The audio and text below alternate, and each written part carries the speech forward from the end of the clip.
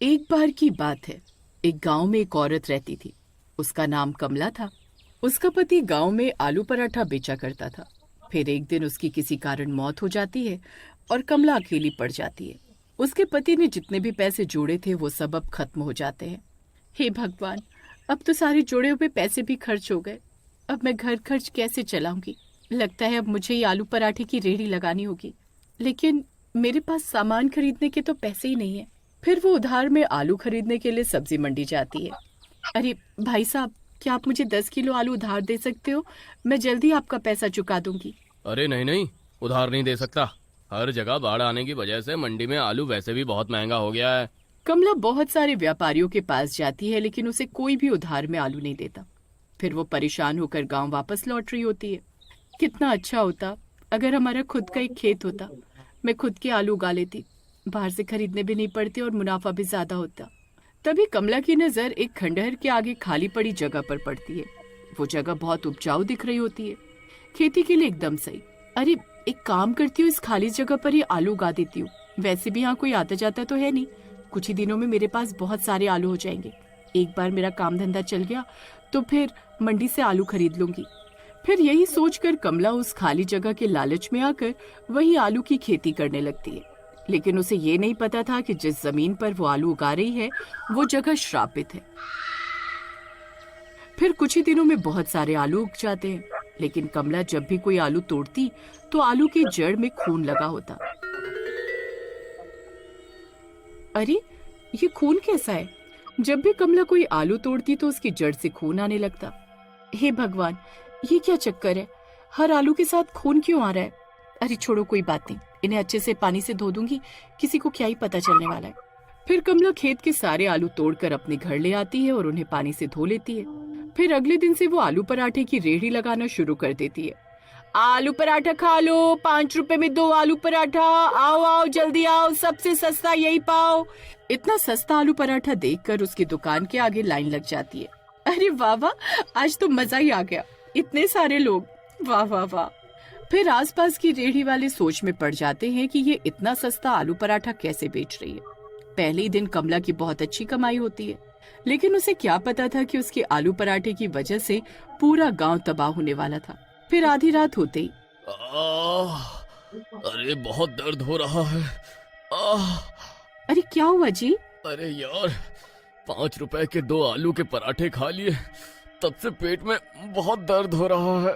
आह, तभी सुरेश के शरीर का तापमान बहुत बढ़ जाता है और उसका चेहरा लाल हो जाता है। तभी उसके दांत और नाखून लंबे होने लगते हैं। अरे नहीं, ये क्या हो रहा है? ओह, ओह, तभी सुरेश डरावनी डरावनी आवाजें निकालने लगता है।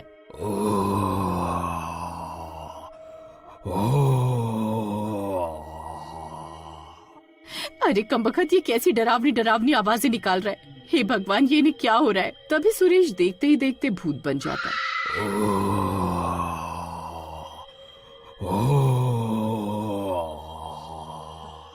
उसकी पत्नी की हालत खराब हो जाती है। अरे मर गए रे, ये इन्हें क्या हो गया? ये तो भूत बन गए। मुझे भूख लगी है, मुझे आलू पराठा खाना है। जल्दी मुझे आलू पराठा लाकर दे, नहीं तो मैं तुझे खा जाऊंगा। अरे नास मिटे, आधी रात को मैं आलू के पराठे कहाँ से लेकर आऊं? तेरे इतने हिम्मत, रुक, तुझे अभी मजा चखाता हूँ। तुझे खाकर अपनी भूख मिटाऊंगा। अरे भागो रे, अपनी जान बचाकर भागो। ये नास मिटा तो मुझे खाने की बात कर रहा है। तभी सुरेश की पत्नी भागते भागते घर से बाहर निकल जाती है और घर का दरवाजा बाहर से बंद कर देती है। तभी वो देखती है कि और भी औरतें चीखती चिल्लाती अपने अपने घरों से भाग रही हैं। अरे क्या हुआ बहन, तुम भाग क्यों रही हो? अरे बहन, पता नहीं अचानक से मेरे पति को क्या हुआ। उन पर किसी भूत का साया हो गया और वो मुझे खाने को दौड़ पड़े। मैं बहुत मुश्किल से अपनी जान बचाकर भागी हूँ। पता नहीं जब से आलू पराठा खाकर आए हैं तभी से बेकी बेकी बातें कर रहे हैं। तभी वहाँ और भी औरतें आती हैं। उन सब के पति भी पराठा खाने के बाद भूत बन चुके थे। खोल दरवाजा, मुझे भूख लगी है। खोल दरवाजा, खोलो दरवाजा खोलो। मुझे आलू पराठा खाना है। हाँ। वो सभी भूत अपने अपने घरों में कैद थे और खिड़कियों से गुर्रा रहे थे।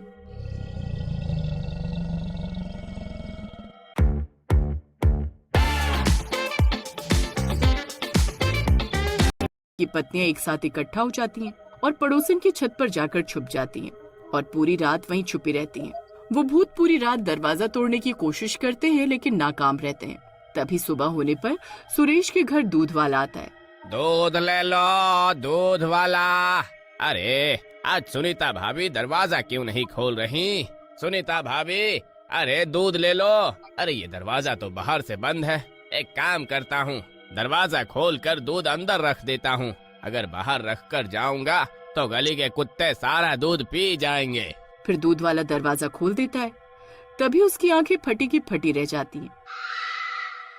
सामने भूत खड़ा होता है। अरे मर गए रे। अरे अरे ये क्या चीज है भाई? अरे भूत जी, मैं तो दूध देने आया था। अरे मुझे माफ कर दो। फिर दूध वाला दूध के कनस्तर वहीं फेंककर वहां से उल्टे पैर भागने लगता है। अरे मर गए रे। अरे ये भूत कहाँ से आ गया?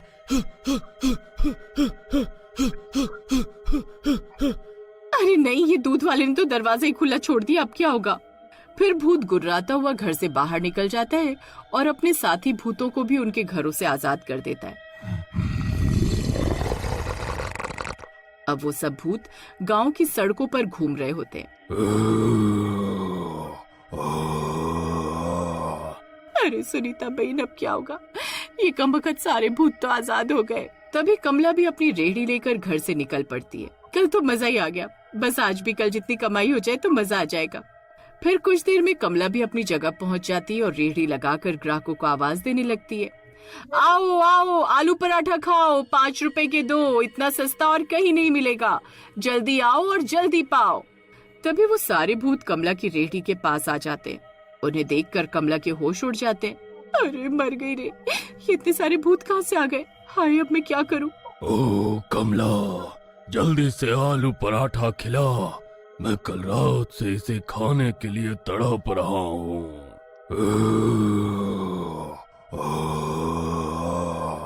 हाँ हाँ, जरूर भूत जी, मैं अभी आप सबके लिए पराठे बना देती हूँ। अरे यार, मैं कहाँ फंस गई, अब मैं क्या करूँ?